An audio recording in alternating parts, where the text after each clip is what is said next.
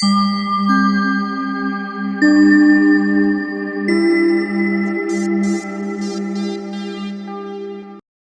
Everyone, मैं हूं शबनम और आपका मेरे चैनल कुकिंग क्लस्टर में इस्तकबाल है। आज मैं आपके लिए लाई हूं खिचड़े की रेसिपी, जो कि हलीम से बहुत ही डिफरेंट होता है और इसको बनाना बहुत ही आसान है। चलिए अब हम बनाना शुरू करते हैं। सबसे पहले मैंने गैस ऑन कर ली है। कुकर को अब हम गर्म होने देते हैं। कुकर हमारा गर्म हो चुका है। अब हम इसमें तेल डाल देते हैं। खिचड़े में थोड़ा तेल ज़्यादा ही डलता है। ये जो मैं खिचड़ा बना रही हूँ, ये 5 से 6 लोग के लिए बना रही हूँ। तेल हमारा गर्म हो चुका है। ये मैंने ली है 4 से 5 बड़े साइज़ की प्याज। इसको ब्राउन कर लेती हूँ।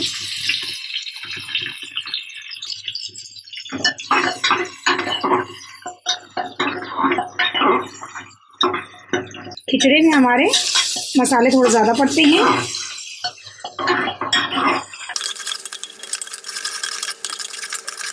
प्याज हमारी हल्की ब्राउन हो गई है। अब हम इसमें अपने कुछ खड़े मसाले डाल देते हैं। खड़े मसाले में देखिए मैंने क्या क्या लिया है। 2 से 3 तेजपात वो डाल देते हैं। 2 दालचीनी के टुकड़े, 10 से 15 लौंग, 2 बड़ी इलायची और 1 चम्मच काली मिर्च। इससे हमारे खिचड़े का टेस्ट बहुत ही अच्छा हो जाएगा और खुशबू भी बहुत अच्छी आएगी। अगर आपने हमारे चैनल को सब्सक्राइब नहीं किया है, हमारे चैनल को सब्सक्राइब कीजिए और हमारी आने वाली नई वीडियो की नोटिफिकेशन के लिए बेल आइकन को प्रेस करना नहीं भूलिएगा। ये देखिए प्याज हमारे ब्राउन हो चुकी है। अब हम इसमें अपना गोश्त डाल देते हैं। गोश्त मैंने लगभग 1.25 किलो के आसपास लिया है। ये मैंने बड़े का गोश्त लिया है। आप चाहे तो मटन या चिकन में भी इसे बना सकते हैं। इसे अच्छे से मिक्स कर लेते हैं। गोश्त को हम थोड़ा सा भून लेते हैं। यहाँ मैंने कुछ मसाले लिए हैं, इसे एक बार देख लेते हैं।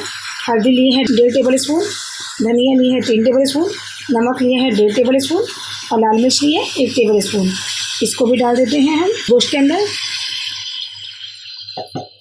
अदरक लहसुन का पेस्ट लिया है 3 टेबल स्पून, इसको भी डाल देते हैं और इसको अच्छे से भून लेते हैं।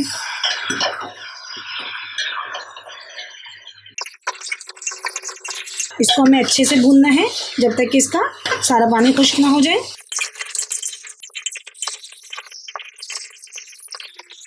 यहाँ मैंने ली है लगभग 10 के आसपास हरी मिर्च, क्योंकि मैं लाल मिर्च थोड़ा कम यूज़ करती हूँ। आप अगर हरी मिर्च यूज़ नहीं कर रहे हैं तो लाल मिर्च की क्वांटिटी बढ़ा भी सकते हैं। इसे भी हम डाल देते हैं। इसे भी मिक्स कर लेते हैं हम अच्छे से।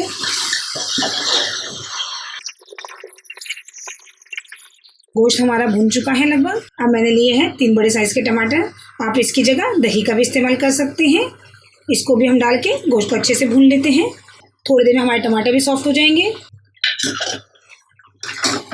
इसे अच्छे से मिक्स कर देते हैं।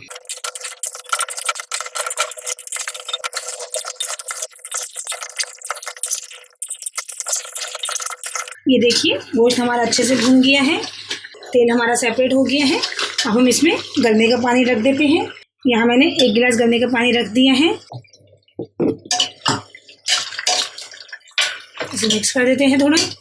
चलिए और इसको हम कवर कर देते हैं और 1 सीटी के बाद हमें 10 से 15 मिनट हल्की आंच पे रहने देंगे इसे। हमें लो फ्लेम पे इसे पकाना है। 10 मिनट और हो गए हैं पकते हुए। अब हम गैस को बंद कर देते हैं और इसको थोड़ा ठंडा होने देते हैं ताकि इसका प्रेशर अपने आप ही ख़त्म हो जाए। गोश्त मैंने 1.25 किलो लिया था और चावल मैंने 1 किलो लिया है। आप किसी भी चावल का इस्तेमाल कर सकते हैं। यहाँ मैंने बासमती का टुकड़ा लिया है। चलिए अब इसको वॉश कर लेते हैं अच्छे से 2-3 पानी से। ये देखिए हमारा कुकर ठंडा हो चुका है, प्रेशर भी इसका ख़त्म हो चुका है। अब हम इसे ओपन करते हैं।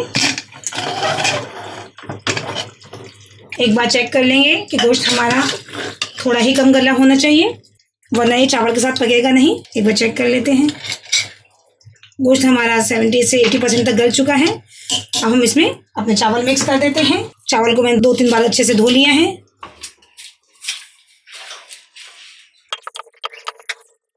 इसमें हम पानी डाल देते हैं। पानी इसमें ज़्यादा डलता है क्योंकि ये खिचड़ी की तरह बनता है, थोड़ा सा लिक्विड फॉर्म में। गैस भी ऑन कर देते हैं हम। पानी लगभग इसमें हम 2 लीटर के आसपास डालेंगे।